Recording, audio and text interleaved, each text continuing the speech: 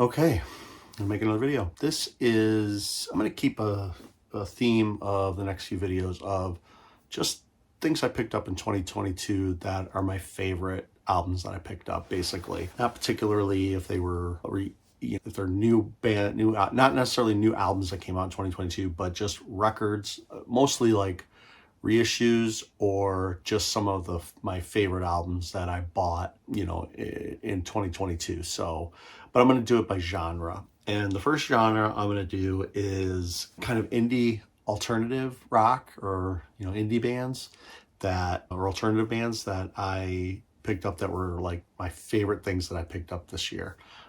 And yeah, some of this stuff is just like reissues that I've been, since I started collecting, that I've been waiting for. And I think a lot of people have been waiting for to come out, especially in the indie rock stuff. Like there's some really, really good stuff that was never before on vinyl, or at least never in the US, or not readily available, or, very few pressings. A lot of it is stuff that came out in the 90s. So there really wasn't a lot of records being pressed in the 90s, vinyl. And so it's really cool that that the popularity of collecting vinyl has gotten to the point where a lot of these albums that didn't necessarily sell a ton of records are kind of niche, albums. They were popular kind of in some cases, but they weren't huge albums, but they have a cult following, maybe, or a big enough following to where, yeah, they kind of warranted a reissue. And in some cases they weren't on vinyl before. Now I don't have whether they were on vinyl before or not, but they're kind of,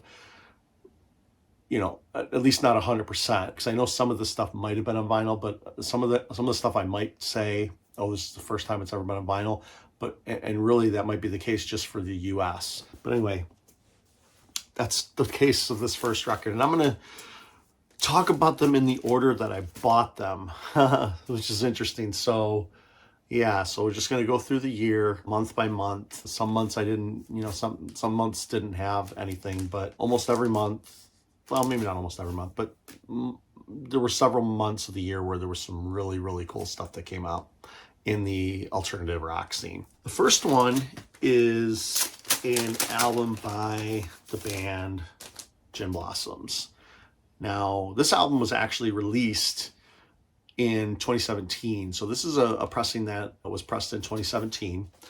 And here's the insert. So this is not a 2022 reissue. It's a 2017 reissue, but it was new to me, and it was on my list because I've been really getting into, power pop over the past couple years. And, there are certain bands that pop into that scene or that genre that are kind of influenced by power pop and aren't necessarily, they don't fit 100% into power pop or what most people would consider power pop. But that's kind of the fun part about power pop, is that there's a lot of bands that some people think are 100% power pop that other people would say that's not power pop. This might be one of those bands. This is kind of like jangle pop. There's all kinds of little subgenres in power pop, but kind of hard to really nail what is a jangle pop record, or what is a power pop record, or what is just an indie pop record, things like that. So I just kind of throw all this stuff into power pop and just kind of that's just what it is, at least to me. And I think Gin Blossoms kind of fits that. They're a bit more, mellower than a power pop. Like they don't necessarily have some of the punk roots that some of the power pop bands, or some of the bands that would be considered power pop, would have, but they definitely nail the very memorable, melodic choruses. And they're, at least on this album, it just, I think the songs just fit. Anyway, this is an album that I had in the 90s when Hey Jealousy hit, and from everything that I heard about this album and I read about, this album had a different album cover. It came out earlier, like a 1 or 2 year, like a year earlier, and it didn't sell. And they kept trying to put out singles and get it to hit. The record label wanted Hey Jealousy to be a single, so they just kept releasing it over and over again until they finally made a video, and MTV actually started to play it. The album came out on August 4th, 1992. And yeah, the first time on vinyl is in 2017. So this is brand new on vinyl. Never was not on vinyl ever. Okay, so a few interesting things about this album. The original guitar player in the band, Doug Hopkins, he was in the band when they made their first record. I think it was called Dusted, which had several songs that ended up being re-recorded for this album. He ended up committing suicide after he was kicked out of the band. He had some severe alcoholism that he was dealing with, and he ended up writing about half the songs on this album, and they kind of cut him out of, royalties for those songs that he wrote and performed on this album. Well, actually he may not have actually performed many of the songs on this album when he recorded this album, because his alcoholism was really bad. And yeah, and he was cut out of his royalties, and maybe like a year or two later, he ended up committing suicide in December 93. And the album was hitting. It was recorded in 91, in May. It started to be recorded in May 91 and finished in March 92. So there was long time to get this album, all the tracks down and recorded. So this is a really good record, though. Hey Jealousy is the hit single on here. Lost Horizons is good, though. Miss Rita's good. Until I Fall Away is good. Found Out About You is another song on here that he wrote that was really good. So like the two main singles, I think, Hey Jealousy, of course, and I think Found Out About You. Allison Road was good as well. Yeah, it's just a cool, really good, I would consider a power pop record, but, I can understand if it, genre fluid, I suppose. And this did come out in a couple different versions of colored vinyl, but I just have the black. And what's interesting is, this album's been floating around since 2017. And I remember seeing it at my local store, and I just didn't pick it up. I was like, it'll be there. It was kind of when I first started collecting, and I didn't really realize how quickly stuff like this can just sell out and be gone. And that's kind of what happened with this. This album became really, really hard to get in 2022. And I started looking for it in January, and I found one record store that was still selling it for like regular price. And I just jumped on it, and I think I paid like $27 or something, $28. And yeah, they shipped it to me, and I got it, and it was sealed, brand new. So it wasn't even a used copy or anything. And yeah, it's a really good record. I had this record in the 90s when it came out, and I really liked that song, Hey Jealousy. The lyrics on the album are really good. There's a lot of good breakup songs on here, So, if you're kind of in the mood to, hear breakup songs, somebody who's going through something that you've been through, if you've been through a breakup or whatever, there's some really good songs on here about that. All right. The next album that I got, this was a pre-order, and this band reissued this album on their own. And yeah, it's a great album. This album I bought in March of 2022. So this is a 2022 reissue, actually. And it is 16 Deluxe. This is Backfeed Magnet Babe. And this album is fantastic. If you like My Bloody Valentine, if you like shoegaze type music with a lot of feedback, kind of really noisy guitars, droning kind of, just really loud guitars, vocals that are kind of buried in the mix, almost inaudible sometimes, but, you can still hear, kind of what they're singing. And melodies in each song that are just catchy, you know, but in a drony kind of guitar drone way. You know, if you've heard My Bloody Valentine, you kind of have an idea of what I'm talking about. 16 Deluxe really fits into that kind of mold. I actually saw these guys. I discovered them myself. I write it was 1996, October 29th, 1996. I actually looked this up to figure out what day this concert was. I went and saw Cub, which is a band, like an indie band from Canada, and they came through a tour for the album that they put out in 1996. I can't remember the name of the album, but 16 Deluxe opened for them, and they sounded just like they do on the album, man. They like nailed it.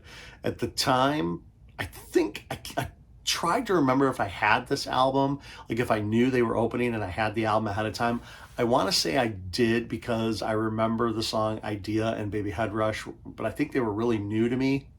And those were kind of like the singles on this album, and they were really, really good songs. So yeah, I want to say that I had the album, and then I bought at the show, they had an EP on CD called the Pilot Knob EP, and I really, really, really wish they would release that on vinyl, because those songs are really, really, really good as well. I'm also trying to get the full length that they had on a major label. I think it was Elektra. I can't remember who the major label was, but it's Emit Showers of Sparks. That's another good album. It's not as noisy as this one, you know, not as shoegazy, I guess you would say, as this album is, but this album just has some really, really great songs, especially Baby Head Rush and Idea. Both those songs, they will, once you hear them, they will get stuck in your head, and you'll just be like, want to listen to them over and over and over and over again. And this was reissued on, I'm going to pull up the vinyl because it's hard to tell,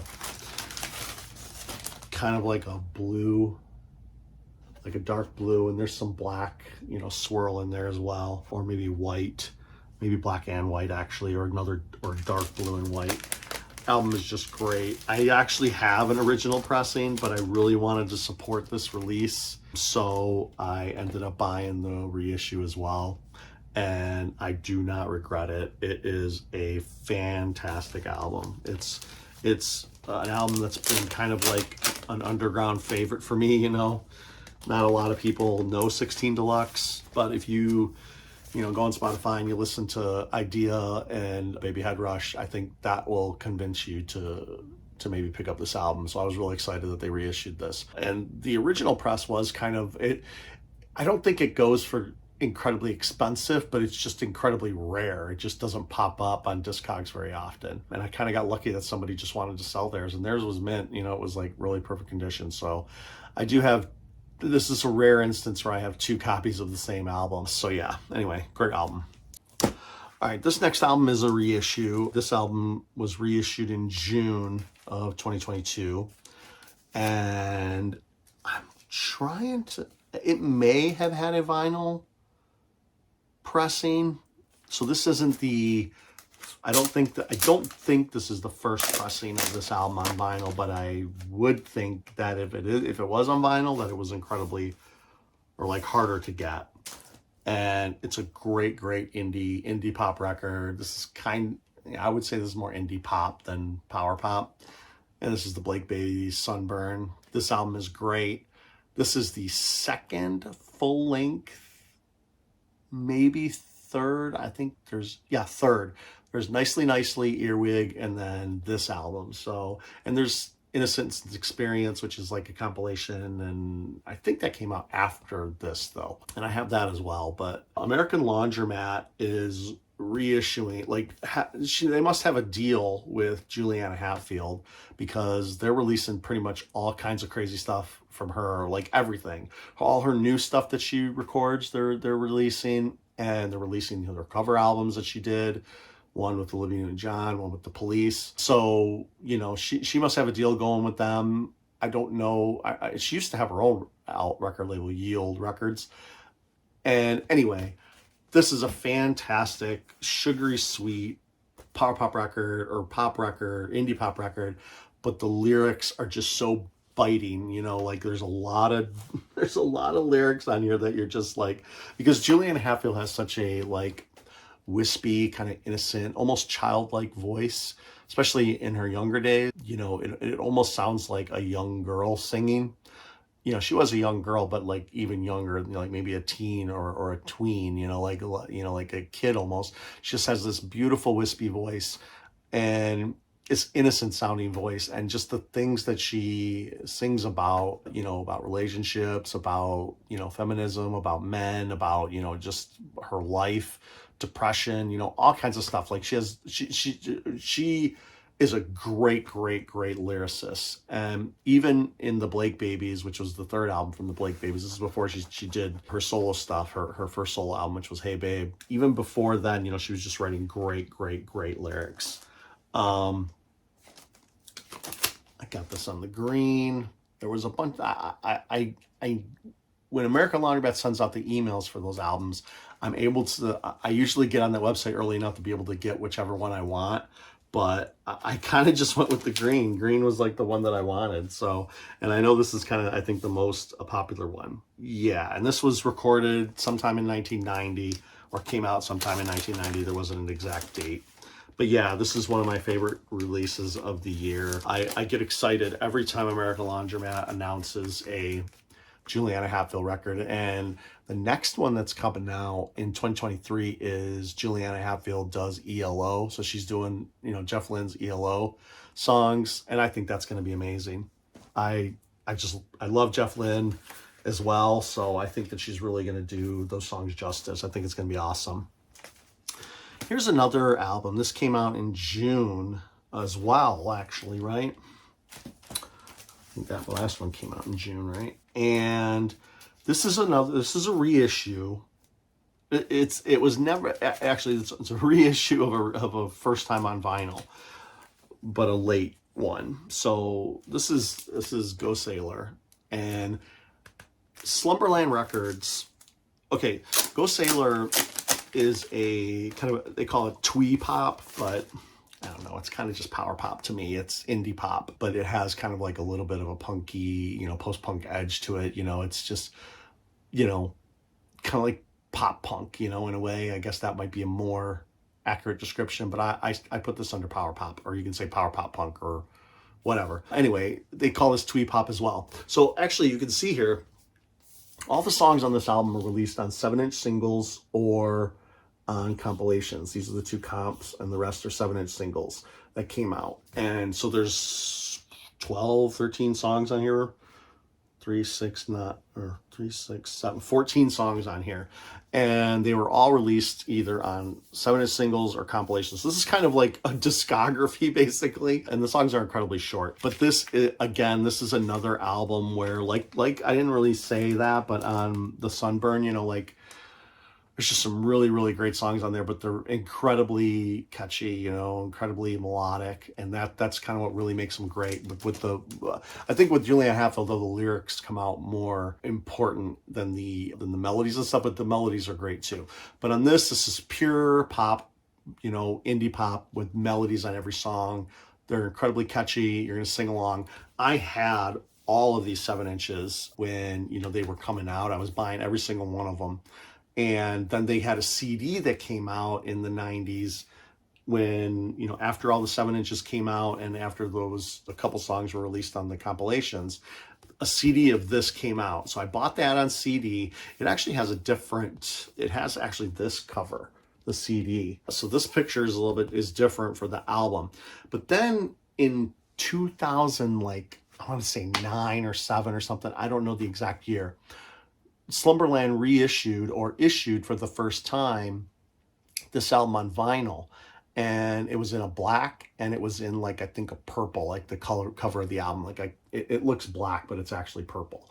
And it was like very few copies, you know, like maybe 500 or something, or 200. So that when I found out that it was on vinyl, and when I was first starting collecting records back in 2017, I really wanted it. But it was like anywhere from, you know, $50 to $100 or even more in some cases. And it was incredibly rare, especially the colored vinyl. So when this reissue in 2022. This was actually reissued in 2022 in June, and it came out on this nice blue transparent vinyl. And you can see the cover. That was the original cover of the CD. And when that came out, I was just incredibly excited. I was like, I gotta get this. And my local store got it, so I was able to support them. I didn't have to go directly through the label. And it was cheap. It was like 19 bucks. I was like 18, 19 bucks. I was like, this is amazing. So this is a great record. Who's in this band? Rose Melberg from the Softies. She was also in Tiger Trap. Paul Curran from Crimpshine. And Amy Lilton from Henry's Dress and Eiler Set made up the band. There was 3 people in the band. And this actually has a little write-up on the whole thing. Like the whole thing. It's really cool. And they just put out those 7 inches. And I love Rose Melberg from the Softies, and I love Tiger Trap as well. So anything Rose Melberg, even stuff under her own name, I buy. She has a band called Brave Ida. I think that's what it's called. I bought that too. That's a more recent band. She actually owns in the other thing on this album, I'll say this before I say the next thing, is that 2 of these songs were featured in the movie But I'm a Cheerleader with Natasha Lyonne. She gets into a camp after she comes out as a lesbian, or her parents think that she's a lesbian, and they send her to this cheerleading camp where everybody there is basically gay. It's really funny. So I would check out that movie if you get a chance. But Rose Melberg right now, if you live in Vancouver, you're lucky because you can visit Rose kind of whenever you want. She's working at a store. It's a pet store for cats called The Happy Cat, and it's in Vancouver, British Columbia. So if you get a chance, it's on Fraser Street or something, go check her out. She might appreciate, hey, you're from Go Sailor, or hey, you're from the Softies, or hey, you were in Tiger Trap, maybe bring an album or something to sign. Maybe she'll do that for you. I don't know.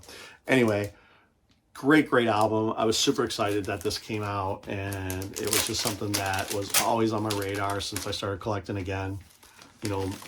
I had this on CD and I really wanted it on vinyl, and Slumberland reissued it. And it was funny because I actually had an email conversation with the guy who runs Slumberland Records asking about a repress of this album, and he's like, it's probably not going to happen, man. It's just, it's not in the cards right now. And then several years later, here you go.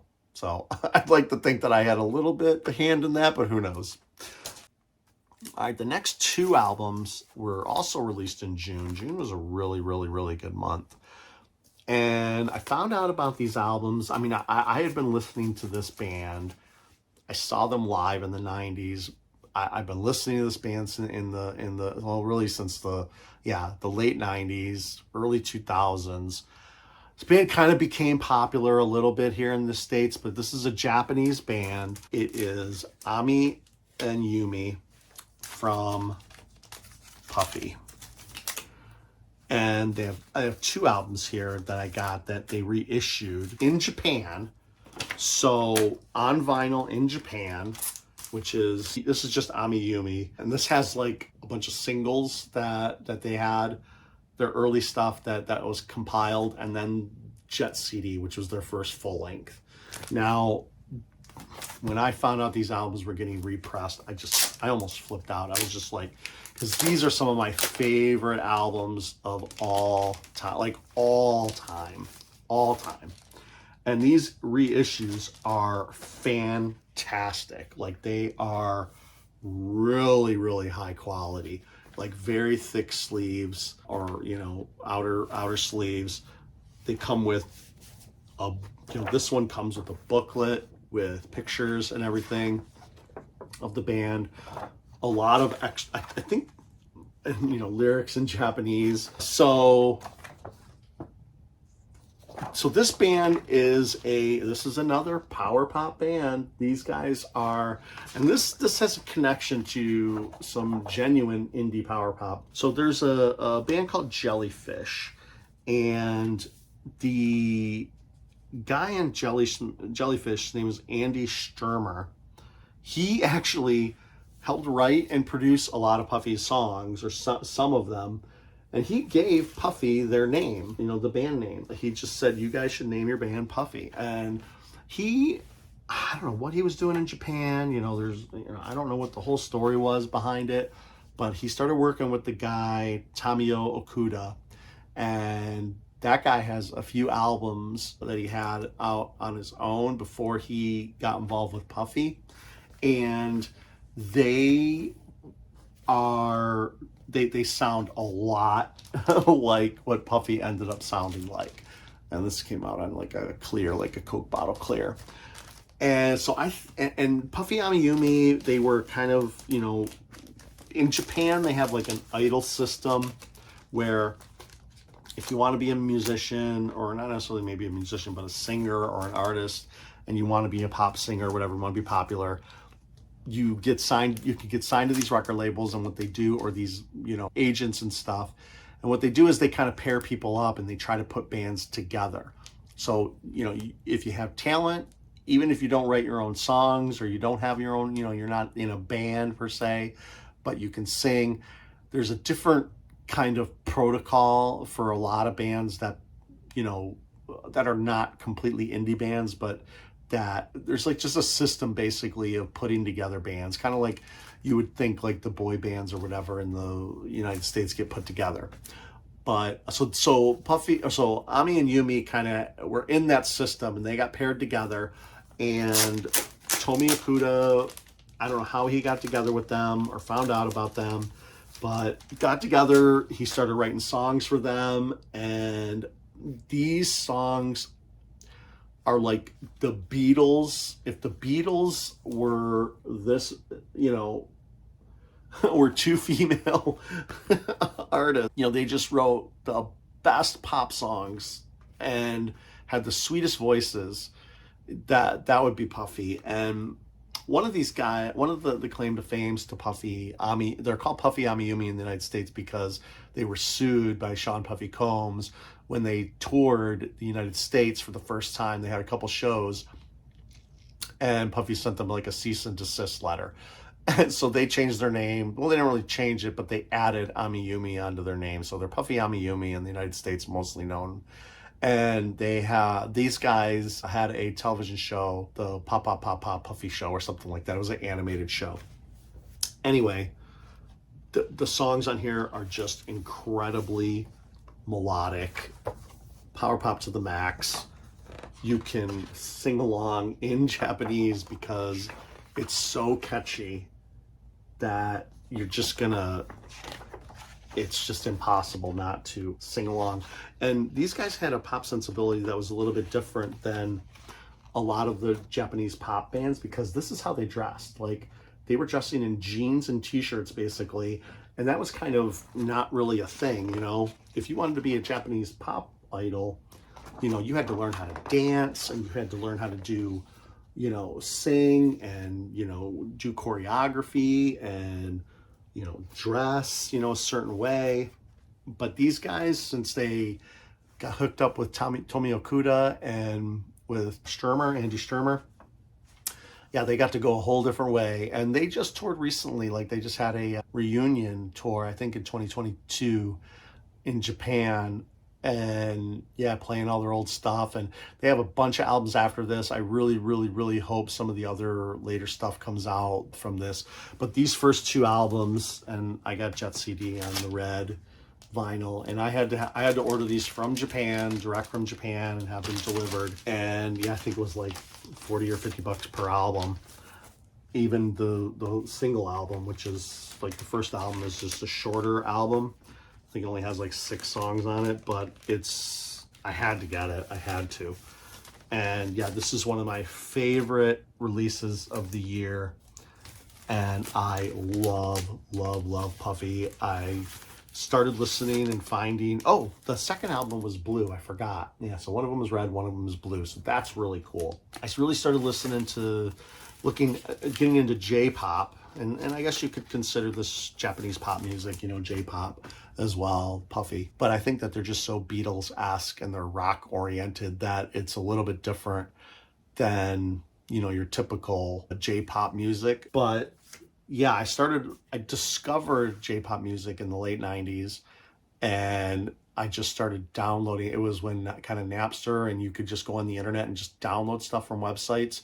Like there were a lot of websites I was going to just to look for Japanese pop music that I could just download directly as MP3s, and I would make my own CDs and stuff like that. So it was really cool. There's some other bands like Judy and Mary that I would really, really, really like to have CDs for, or vinyl, represses of, or presses for the first time. There's hardly any Japanese pop music from this period, from the late 90s and 2000s, that was ever pressed on vinyl at all. At least some of this other stuff, that wasn't from Japan, a lot of the stuff in the 90s, some stuff was still pressed in other countries, but, American bands or UK bands, but Japanese music, it's impossible almost. Not even to find, but that it was ever, pressed on vinyl. Anyway, some of my favorite stuff that I got. All right, these next two albums came out in the 90s as well, or actually late 90s, early 2000s. So the first album is from 1996, came out May 96, and this is the band Ash. So these reissues just came out. BMG, which is a Sony company that owns tons of rights to bands, including Celtic Frost, heavy metal band. BMG just has tons of music, and they're actually putting out quality reissues, especially the packaging. Like the packaging on this is really, really, really nice.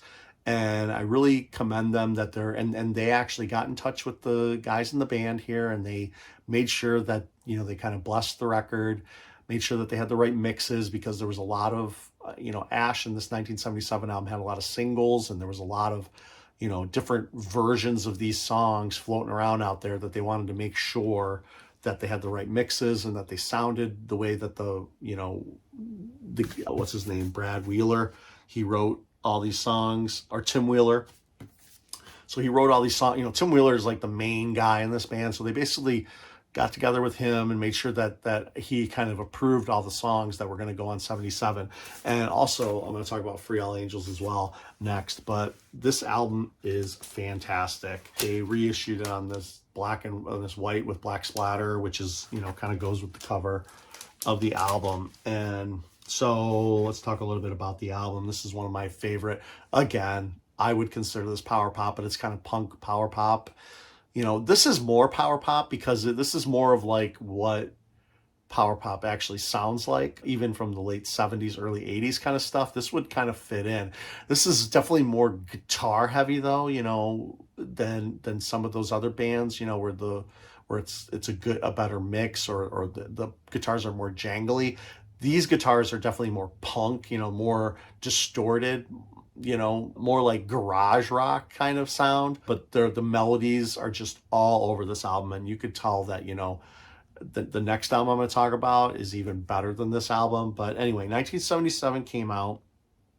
It was produced by Owen Morris, who produced pretty much all of the Oasis records. I think this is before or maybe during Oasis. This is 96, so I'm not sure when those Oasis records came out. The very first song, because the album is named 1977, this is when the kids were born who made this album. And they were like 19 years old when they wrote this record. So they're really young kids. And Tim Wheeler wrote like 99% of this record. So he pretty much is Ash, in a way. He writes all the songs basically, or at least starts writing most of them, or helps write most of them.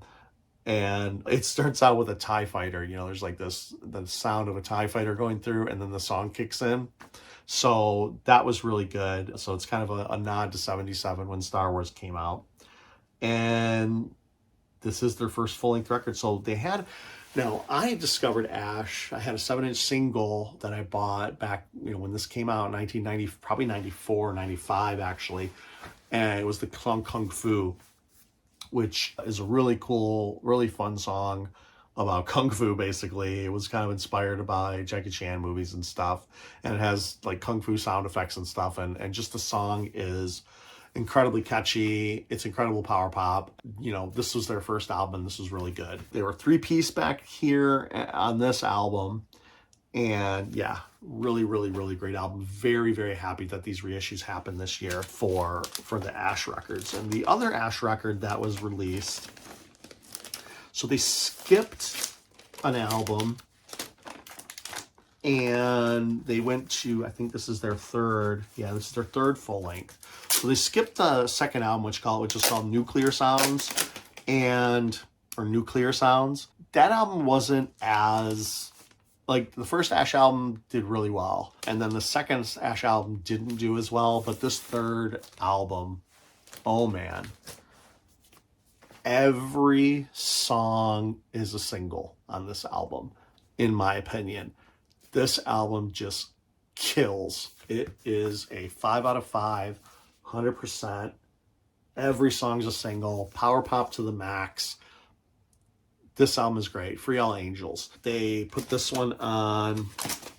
It's clear with kind of yellow splatter on there. Yeah, this album is just amazing. What did I write down? Third studio length. Second album produced by Owen Morris. And this is the second album with the new guitar player. They got her, Charlotte Hatherley. She was on the second album, Nuclear Sounds. She was kind of brought on to fill out the live sound on the album, because obviously in the studio, Tim can double his guitars and things like that. So that really wasn't an issue, but they really wanted to have a better, a bigger sound and be able to have that rhythm and solos and stuff, or have two guitars live. So they got Charlotte Hatherley on, and she's just a great guitar player. And, she kind of has a solo project as well, which I'm interested in getting. That came out, I think, in the early to mid 2000s. And anyway, this album is, so they got her on guitar, but they have her on this one as well. I think she helped write one or two songs on here. Like, because the second album did so poorly, Tim, the main songwriter, he like kind of went away back to, these guys are from Ireland. He went back to Ireland. He kind of holed himself up. He's had problems with depression here and there, but he really, really, really wanted to write a great album. He's just like kind of felt disappointed that the last album, he felt it was kind of rushed and that he didn't have an opportunity to really write great songs. And so he really took his time on this one, and it shows, because every single song on this album is a hit. I really, really, really love this album. Yeah, and to have this as a reissue in 2022, and I picked both these up kind of at the same time. They are fantastic. And there's another one coming out. One I actually just ordered is Meltdown. I don't have it yet, so that probably would have been on this, in this video, as well as the third Ash album. That's pretty good. But this album is probably their peak, their best album. So many good songs on here. Shining Light is really great. Shining Light and Burn Baby Burn were the two singles. Candy is good. Cherry Bombs, Submission, every song is good, so there's not a bad song. But really, those first, if you listen to the first 6 songs on here, or 5 songs, and you don't love this album, I don't know, man, there's something wrong with you, I think. Because I love this album so much. It's really, really that good. Anyway, one of the very, very high highlights of 2022, of a reissue or an album that I picked up that I really, really enjoyed this year that wasn't released in 2022. Okay. Technically, like, this next album, and I'm kind of glad that it's last. Not really, because I don't know, nobody's going to watch the end of this video. But this is in my top 5 of all time. All time. Top 5. Juliana Hatfield, Become What You Are. This just got reissued by American Laundromat, and I was telling you about, Sunburn and Juliana's deal with them. They got permission to reissue Become What You Are on American Laundromat, and very low pressing amount, just a few thousand, I think, of different colors. And one of my favorite in my top 5 of all time favorite albums. This came out on, I got the clear with the red and yellow sunburst. This album is fantastic. Become What You Are it's just a perfect album from Juliana Hatfield. Juliana Hatfield is one of my favorite artists, and I hope they really, really, really continue to reissue her stuff. Like Bed is one of my favorite albums. the Julianne Hatfield Total System Failure, you know, like those records are all really, really, really great. This has Spin the Bottle on it, which was a song that was in the movie Reality Bites. If you watch the video for Spin the Bottle, you'll see a bunch of people from the movie in the Ethan Hawke and stuff are in that video, and Ben Stiller directed the video for that song. Julianne Hatfield was just in the 90s. She was just like killing it, and she was pretty popular, and this album did pretty well. The album after this didn't do as well, but once she got out of her major label deal after that other album, she just started making music that was just amazing. And I still like that album, that other album. At the end of the year of this year, had this as its 9th best album of the year. So this album was popular at the time. Scott Litt, the producer of this album, actually produced a bunch of REM records, like all of them. And he also is a good mixer. He mixed Nirvana Unplugged and stuff like that. So this album is just perfect in every way. So many great songs on here. For the Birds and Little Pieces are songs that are like two of my favorite, but everything on this album is great. Julianne Hatfield is great. I'm so glad that this got reissued in 2022 by American Laundromat, and highlight of the year. I just got this in the mail like a week ago, maybe not even a week ago, and I was incredibly excited. I played it like I don't know, 6 times already. It's that good. It is that good. All right, so those are my indie alternative rock top albums, or my favorite stuff that was either reissued or that I purchased throughout the year. I'm going to do different genres. I'm going to do metal. I'm going to do pop. I'm going to do rock, because I just want to show off a lot of the cool records that I bought this year. And maybe if anybody does watch these, and they're inspired by any of these albums, or they want to check them out, because these are the best of the best, in my opinion, that came out in 2022. So, and this is just not new albums that came out, but just reissues and things that are readily available, or things that I just was able to get and pick up. So yeah, anyway, thanks.